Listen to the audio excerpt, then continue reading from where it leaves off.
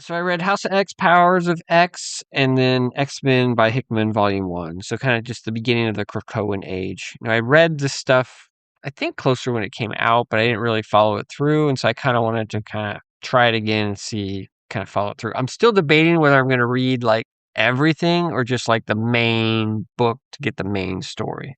So I haven't decided yet. So I'll probably start reading everything and see if I get bored with it. And then anyway, that's just preamble. Don't worry about that. So House of X, Powers of X, it's called the Krakoan Age because basically the X-Men have, taken over Krakoa, the island, and the island is alive and they've kind of become symbiosis and they've created like their own mutant nation and they have some leverage with the rest of the world to basically create this. In true Hickman fashion, the story is super complex because there's like that now the age and there's 100 years in the future and then there's 1,000 years in the future. And you have to kind of jump between those timelines to understand what's happening. And kind of the crux of how the X-Men are kind of navigating this is this whole thing that Moria McTaggart, turns out that she dies and then she is born again with all the knowledge that she had before. So this timeline we're in now is actually like her ninth or something timeline. Like she's gone through it enough times that she knows like how to manipulate and where they need to go and what they need to do when to try and get the X-Men on this path to like, Oh, you need to stand over here right now. Oh, wait.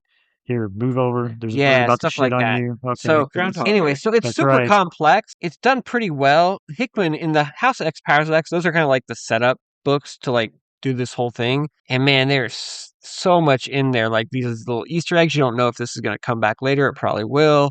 And there's just so much to absorb. It feels like a lot, but like I'm sure it's all like Hickman usually comes through and brings it all together. Now, this is interesting because he actually jumped off this project halfway through and didn't see it through.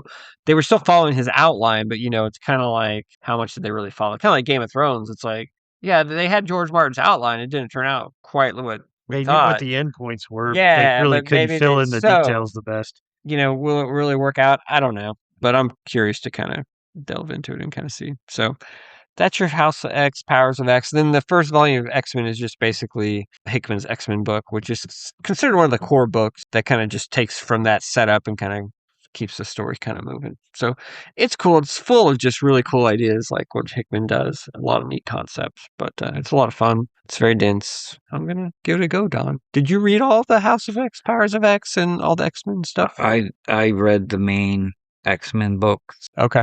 I did not read a lot of the. I Side read books, some where they interested you, right? right. I read a So, did you couple. feel like it all kind of comes together in a big giant story for the most part? I don't remember. Okay, awesome. Well, we'll find out.